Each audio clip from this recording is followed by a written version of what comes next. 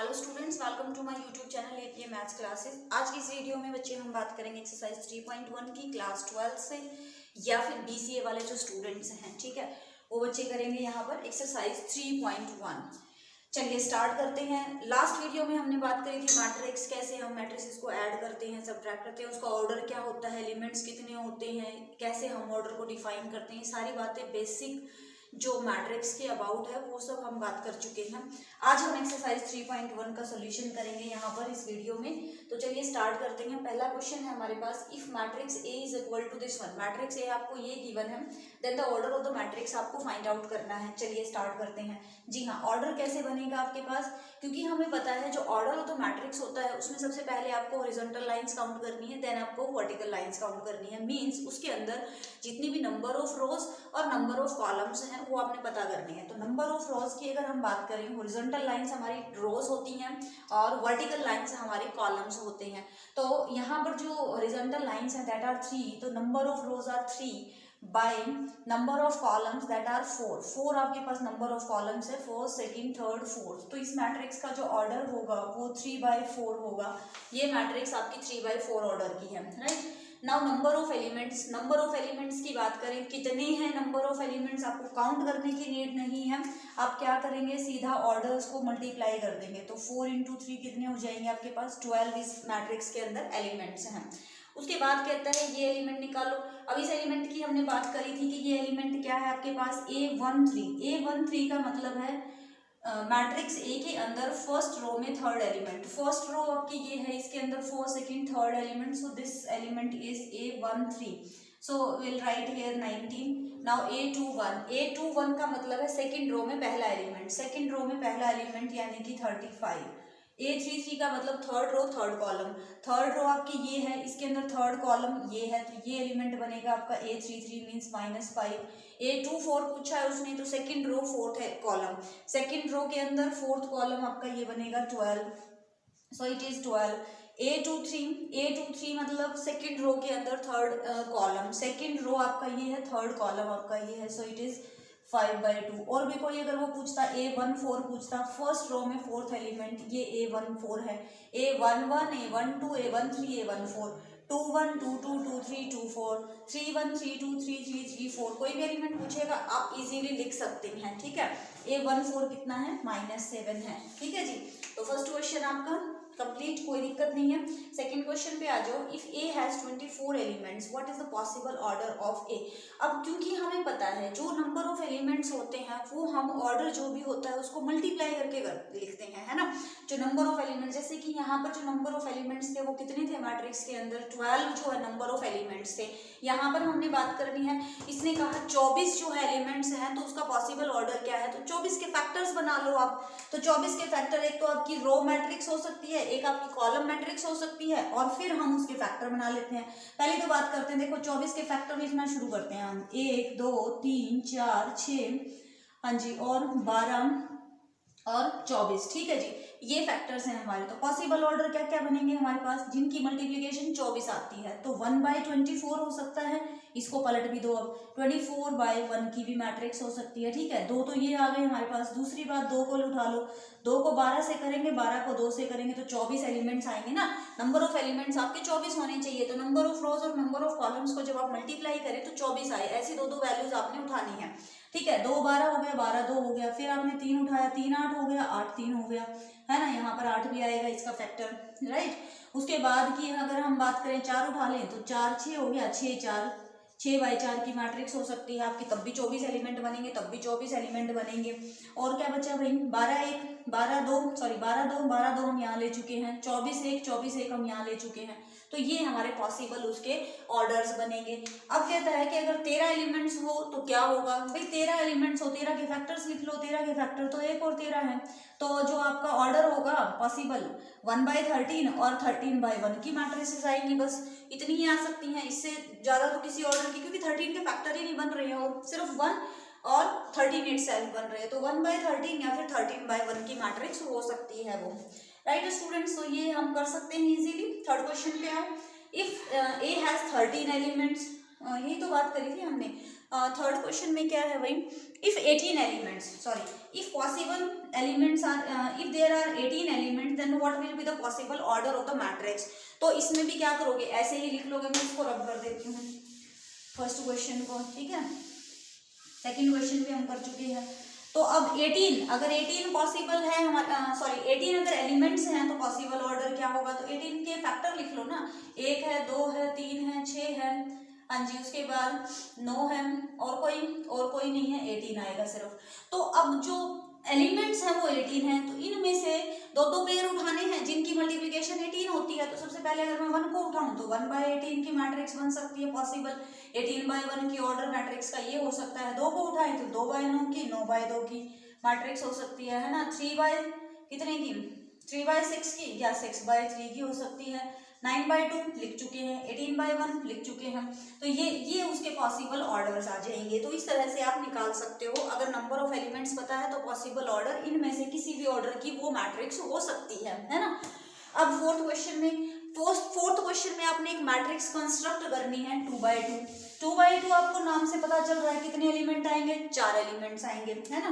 2/2 की matrix A, अगर matrix है हमारे पास AIJ, है ना, तो ये मैट्रिक्स कैसी है 2/2 की। तो पहले इस मैट्रिक्स को ही लिख लेते हैं, इसमें एलिमेंट्स कैसे आएंगे, इसमें एलिमेंट्स ऐसे आएंगे जी, A11 A12 A21 और A22, क्योंकि ये 2/2 की है, 4 एलिमेंट्स आने हैं, इस तरह की मैट्रिक्स आपकी बननी है, बिल्कुल ठीक है।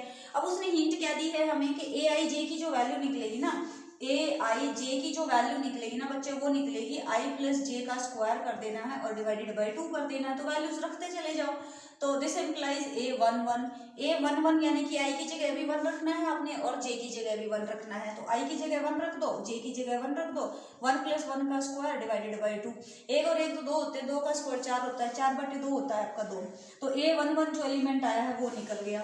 उसके बाद आपको क्या चाहिए, A12 रख दो ना यहाँ पर, I की जगह पर कंपेयर करो, I की जगह पर 1 रखना है, J की जगह पर 2 रखना है, तो रख दो I की जगह पर 1, J की जगह पर 2, इसका स्क्वायर होगा डिवाइडेड बाई 2 हो गया, 2 और 1 3, 3 का स्क्वायर हो गया 9, 9/2 आ गया।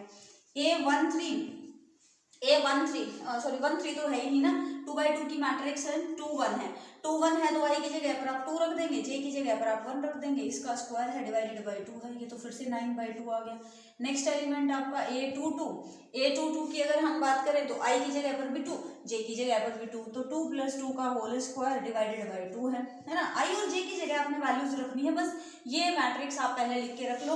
तो अब आप ये एलिमेंट्स यहाँ पर निकाल लो, I J की वैल्यू जो है कंपेयर करके रख दो, 4 4 का स्क्वायर हो गया 16, 16/2 हो गया आप 8।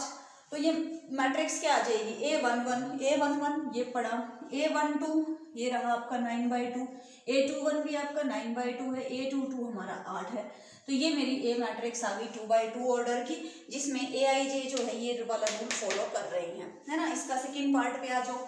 सेकेंड पार्ट में क्या कहता है, 2/2 की मैट्रिक्स निकालनी है, AIJ चेंज कर दिया, I/J कर दिया, AIJ की जगह पर क्या कर दिया रूल हमारे पास, I/J कर दिया। तो यही तो निकालने हैं हमने, है ना।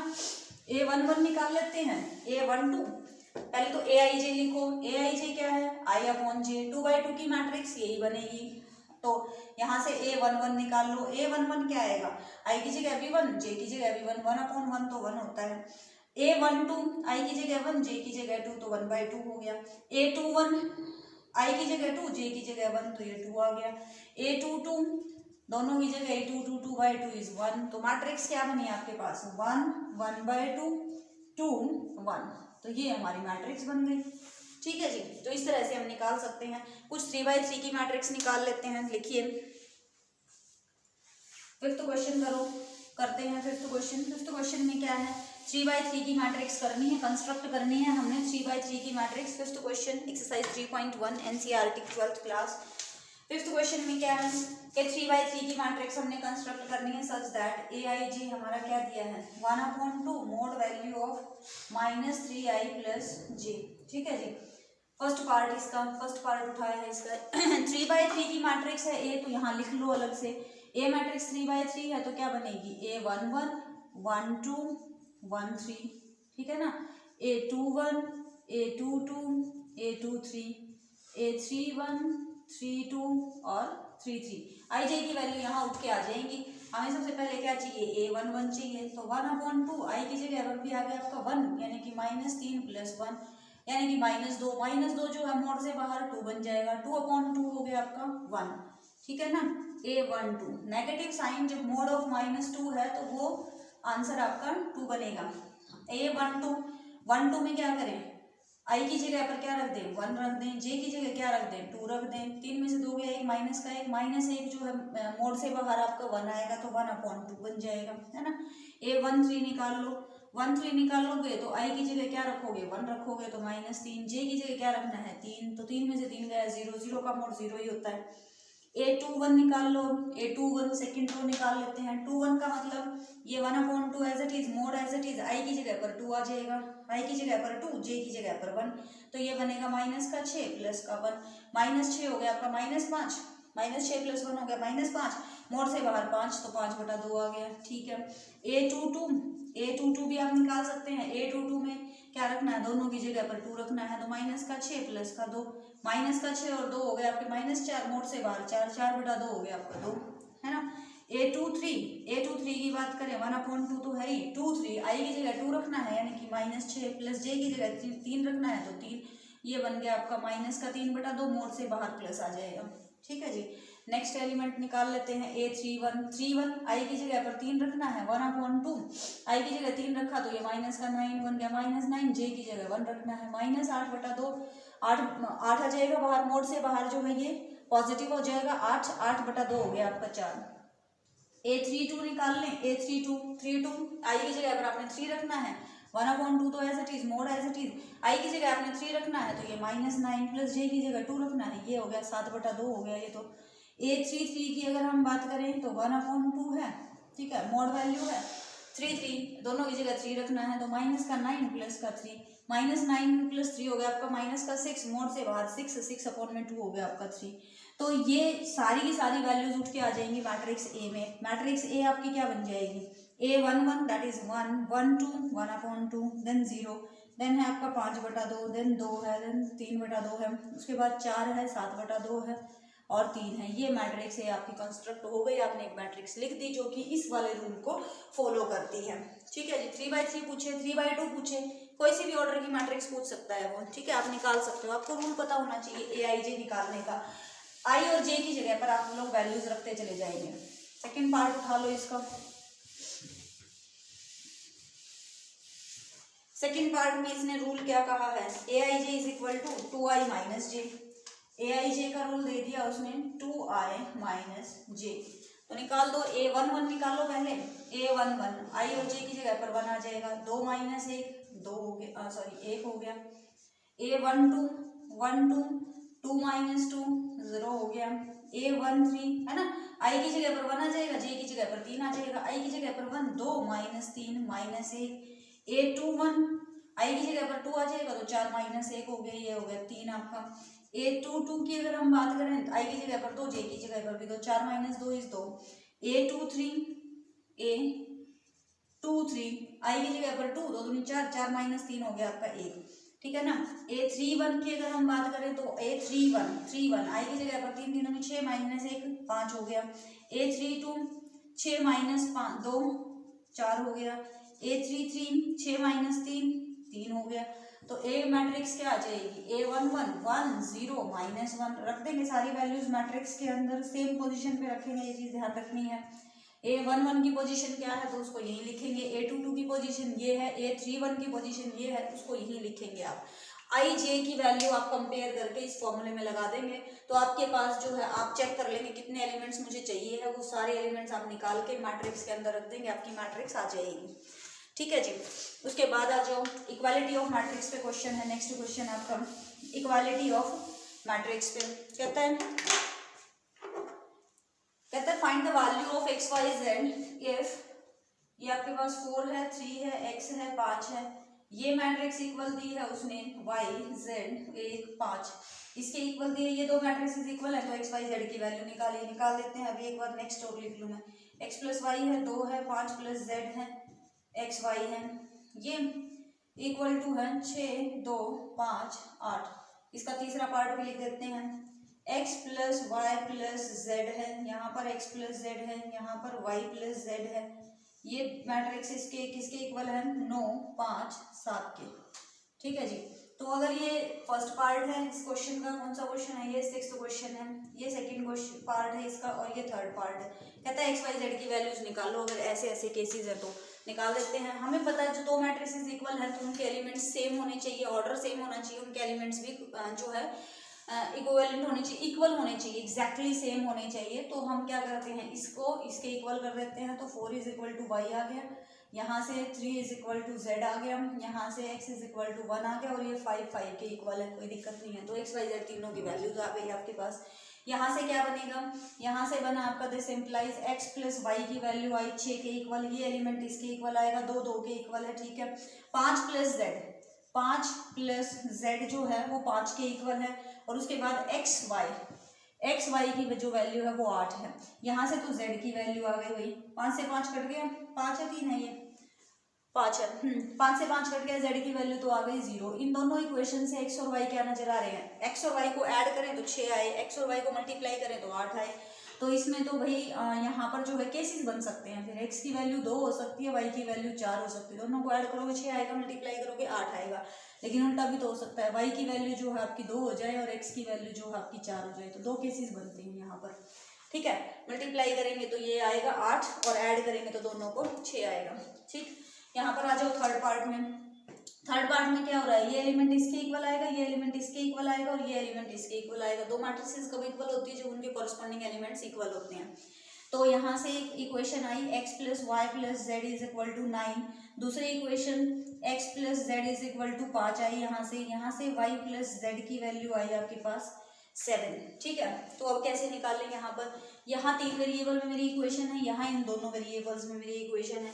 तो हम क्या करते हैं बच्चे, इन दोनों इक्वेशंस को या तो ऐड कर लो, फिर x प्लस वाई की वैल्यू यहाँ रख देंगे, z की वैल्यू आ जाएगी। इन दोनों को ऐड करें तो क्या बनेगा? x plus Y plus 2z is equal to 7 और 5 12। लेफ्ट हैंड साइड इधर ऐड हो जाएंगी, राइट हैंड साइड उधर ऐड हो जाएगी। बताइए आपको। यहाँ से x प्लस वाई की वैल्यू निकाल लो। x प्लस वाई की वैल्यू आई है 12 माइनस 2z, यहाँ रख दो। x प्लस वाई की वैल्यू है 12 माइनस 2z। ठीक है ना। x प्लस वाई की जगह क्या रख दिया मैंने? 12 माइनस 2z, प्लस का जो है आपके पास z है इज इक्वल टू है 9। ये बनेगा 12 उधर चला जाएगा, ये बनेगा माइनस का z, 12 उधर जाके माइनस का 3, z की वैल्यू आ गई माइनस प्लस 3। z की वैल्यू 3 जो है यहाँ रख दोगे, z की वैल्यू 3, तो x की वैल्यू आ गई 2। z की वैल्यू 3 यहाँ रख दो, 3 उधर जाके सब्ट्रैक्ट होके y की वैल्यू आ गई 4। तो x की आ गई, y की आ गई, z की आ गई। तो आपने निकालना जैसे तैसे करके ताम झाम करके x y z तीनों की वैल्यूज निकालनी है। 3 इक्वेशन पड़ी हैं। ठीक है। निकाल सकते हो आप इजीली। उसके बाद नेक्स्ट क्वेश्चन पे आ जाओ। 7th क्वेश्चन क्या कहता है?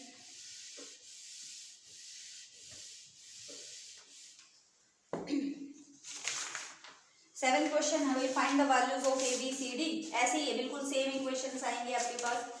दो मैट्रिसेस गिवन है, a माइनस बी है यहाँ पर, यहाँ 2a प्लस सी है, देन 2a माइनस बी है, 3c प्लस d है। ये दो मैट्रिसेस, ये जो मैट्रिक्स है ये इक्वल है -1 5 0 और 13 के। ठीक है। ये दोनों मैट्रिक्सेस इक्वल है, तो कहता है ए बी सी की वैल्यू निकालिए। 7th क्वेश्चन है भाई ये। ए बी सी की वैल्यूज निकालिए। हमें पता है दो मैट्रिसेस इक्वल होती हैं, तो ये एलिमेंट इसके इक्वल होगा, a माइनस बी जो है -1 के, 2a यहाँ से 2a प्लस सी जो है वो 5 के इक्वल होगा, यहाँ से 2a माइनस बी जो है वो 0 के इक्वल होगा, और यहाँ से 3c प्लस d जो है वो 13 के इक्वल होगा। a और b में ये दो इक्वेशन नजर आ रही हैं आपको, इनको सॉल्व करेंगे। यहाँ लिख लेते हैं ऊपर नीचे इनको। a माइनस बी -1 के इक्वल है, 2a माइनस बी जो है आपका 0 के इक्वल है। इनको जैसे ही आप सब्ट्रैक्ट करते हैं, b से b कट गया, -a की value I -1, this implies a की वैल्यू आ गई 1। a की वैल्यू 1 यहाँ रख दो, 1 जो इधर आके -2, b की वैल्यू आ गई आपकी, रख दो। चलो इसमें रख देती हूँ। a की वैल्यू 1 रख रहे हो, माइनस का b माइनस का इज इक्वल टू -1, ये 1 इधर आके -1 हो गया। ठीक है। तो b की वैल्यू आ गई आपके पास 2। b की वैल्यू 2 आप यहाँ रखेंगे, कहाँ रखेंगे? b की वैल्यू 2 नहीं, यहाँ a की वैल्यू रखो। पहले a की वैल्यू जब यहाँ 1 रख दोगे, a की वैल्यू 1 रखा तो ये 2 हो गया, 2 उधर चला गया, तो c की वैल्यू आ गई आपकी 3। सी की वैल्यू 3 आप यहाँ रखेंगे तो 3 तिया 9, 9 plus D is equal to 13, यानी कि डी की वैल्यू कितनी आ गई 4, 9 इधर जाके सब्ट्रैक्ट हो गया, डी की वैल्यू आ गई 4। इजीली निकाल सकते हो आप। दो मैट्रिसेस इक्वल हैं, किसी कांस्टेंट की वैल्यू पूछ सकता है, वो बिल्कुल पूछ सकता है, तो आप निकाल सकते हो। 7th question done. 8th question पे आ जाओ। 8th क्वेश्चन में क्या कहता है, ऑब्जेक्टिव टाइप क्वेश्चन आ गया आपका, ठीक है, आपको आंसर बताना है। 8th क्वेश्चन में कहता है कि ए अगर कोई मैट्रिक्स है ए आई जे, ठीक है, m बाय n की मैट्रिक्स है, ये कहता है this is a square matrix, ये स्क्वायर मैट्रिक्स हो जाएगी, this is a square matrix if first part देता है m is greater than n, second part देता है if m is less than n, और थर्ड पार्ट देता है if m is equal to n, और फोर्थ पार्ट देता है नन ऑफ दिस। तो जब हमें पता है बच्चे स्क्वायर मैट्रिक्स वो होती है जहां पर नंबर ऑफ रोज और नंबर ऑफ कॉलम्स इक्वल होते हैं। यहाँ पर इस मैट्रिक्स में जो m है वो नंबर ऑफ रोज है, n जो है वो नंबर ऑफ कॉलम्स है। ये दोनों वैल्यू जब number of rows is equal to number of columns होगा तभी आपकी स्क्वायर मैट्रिक्स बनेगी। तो this will be the answer, ये आपका आंसर हो जाएगा। m और n जब दोनों इक्वल होंगे, यानी कि नंबर ऑफ रोज और नंबर ऑफ कॉलम्स जब इक्वल होंगे तभी आपकी कोई मैट्रिक्स स्क्वायर मैट्रिक्स बनेगी। यानी कि 2/2, 1/1, 3/3, 7/7 वाली जो मैट्रिसेस हैं वो आपकी स्क्वायर मैट्रिक्स होती हैं, ठीक है। आगे आ जाओ 9th क्वेश्चन में। 9th क्वेश्चन में कहता है कि अगर आपके पास 3x + 7 है, 5 है, यहाँ पर है y + 1, यहाँ है आपका 2 - 3x, ठीक है जी, इज इक्वल टू है 0, y - 2 और आपका 8 है और 4 है। कहता है अगर ये दो मैट्रिसेस इक्वल हैं then the possible values of x, then the possible pair of x and y। x की वैल्यू जो है -1/3 आएगी, y की वैल्यू 7 आएगी। ए पार्ट है, ऑब्जेक्टिव टाइप है ये भी। बी है नॉट पॉसिबल, पॉसिबल नहीं है निकालना, देखते हैं अभी क्या इसका आंसर आएगा। सी पार्ट है इसका, x की वैल्यू है x is -2/3, y is equal to 7, और डी पार्ट है इसका x इज इक्वल टू -1/3 और y इज इक्वल टू -2/3। देखो जब ये दो मैट्रिसेस इक्वल है तो अगेन कॉरस्पॉन्डिंग एलिमेंट के इक्वल होने चाहिए।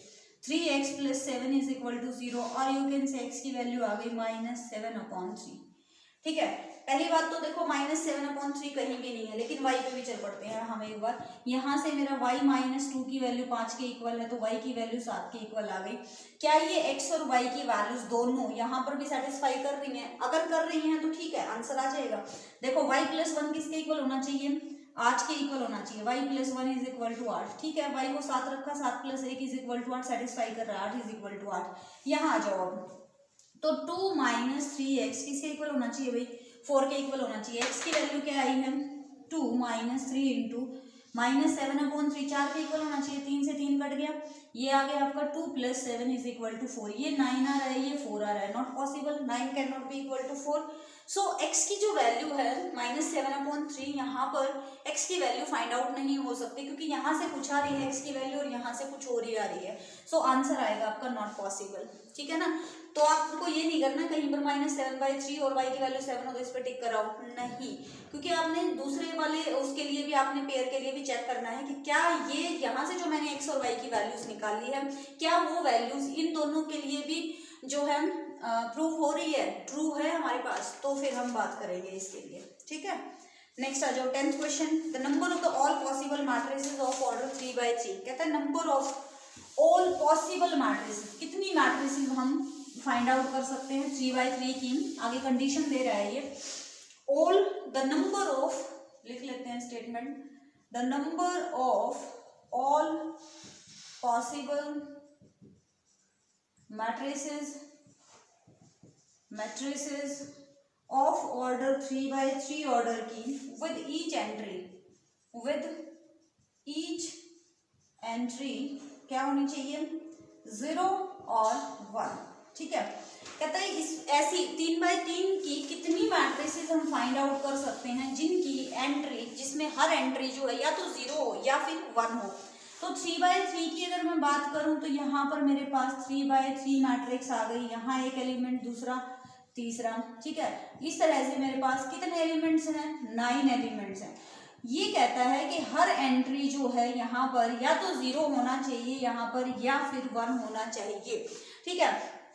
तो भाई ये जो एलिमेंट है ये कितने वे से हम इसको फिल कर सकते हैं, यहाँ पर एंट्री कर सकते हैं, यहाँ पर हम कर सकते हैं 2 वे से, ठीक है। Number of elements in the matrix are either 0 or 1, ठीक है।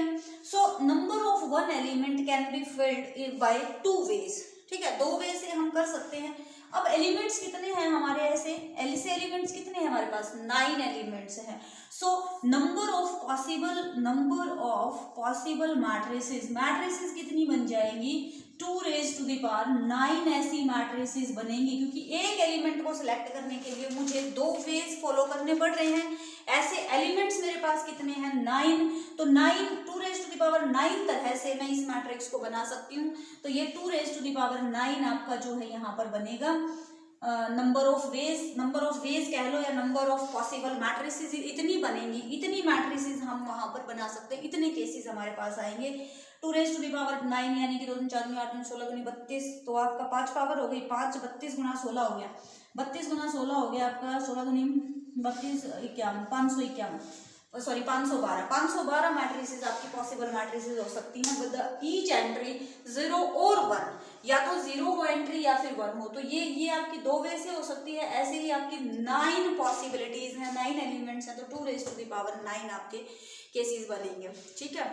तो ये आपकी जो है सॉल्यूशन था एक्सरसाइज 3.1 का। एक्सरसाइज 3.2 की हम बात करेंगे बच्चे नेक्स्ट वीडियो में, ठीक है।